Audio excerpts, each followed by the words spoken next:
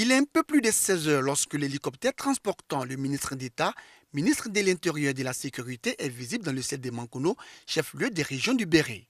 Le motif de sa présence, la célébration de la Nuit du Destin tournante, le Oroba 2017. Ahmed Bakayoko, fils du district de Oroba, est accueilli par les autorités administratives, les élus et cadres du Béret, du Bafing et du Orodougou, les guides religieux et par les associations de femmes et de jeunes. Après l'accueil, direction le siège de la chefferie où l'attendaient chefs des cantons, notables, chefs traditionnels, imams et guides religieux. Ici, le ministre d'État a, au nom du président de la République Alassane Ouattara, salué les filles et fils du Oroba pour les prières et les bénédictions à l'endroit du chef de l'État, mais également pour la paix, la stabilité et le développement de la Côte d'Ivoire. Si Alassane Ouattara est un grand président qui est salué dans le monde, c'est grâce à vous. C'est grâce à vos bénédictions, chef. Voilà vraiment la première nouvelle qui m'amène, c'est l'expression de la reconnaissance du président. L'année prochaine, on va repartir à Séguéla, après on va aller à Touba, et je pense qu'en 2020, on sera encore là à Mankono. Ça permet aux cadres de se retrouver, de s'entendre. Ça permet aux imams de se retrouver. Ça permet à nos chefs de se retrouver.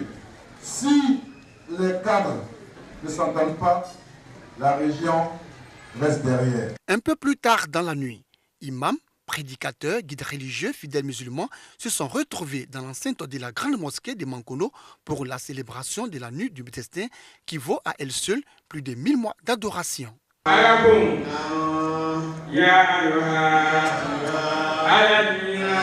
La nuit que nous recherchons dans la dernière décade du mois de Ramadan, c'est la nuit qu'on appelle la nuit d'El-Qadr, la nuit de la destinée pour certaines traductions. Donc toute l'adoration que nous faisons, c'est pour avoir cette récompense-là, cette grande grâce d'Allah subhanahu wa ta'ala. Nuit de destin célébrée en présence du parrain, le ministre d'État Ahmed Bakayoko, initiateur de la Nuit du Destin dans le Oroba, mais également en présence des élus et cadres du Béret, du Bafing et du Orodougou. Cette nuit, qui est une nuit spéciale, puisse nous profiter pour avoir la paix.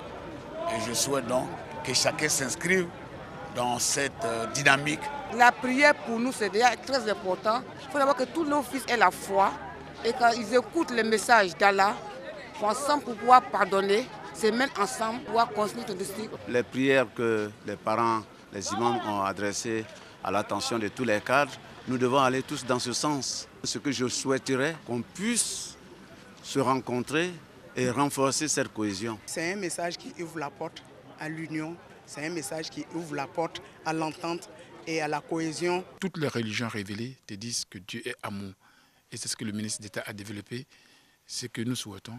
Surtout encore, c'est d'actualité, c'est davantage encore pour le Béret par l'amour entre les fils. La célébration du méga cadre à Mankono s'est achevée le lendemain par une rencontre entre le ministre d'État, les élus et cadres du district de Oroba. Rencontre au cours de laquelle des dons offerts. Ahmed Bakayoko, à son tour, a remis aux populations du district du Oroba de nombreux présents, dont 10 millions de francs CFA aux femmes du Béret pour le financement des activités génératrices de revenus. La 4e édition de la Nuit du Destin dans le Oroba aura lieu l'année prochaine dans la région du Orodougou. Chants liturgiques, louanges, prières et bénédictions. Autre temps fort de cette cérémonie spirituelle, le méga cadre 2017 dans le Béret.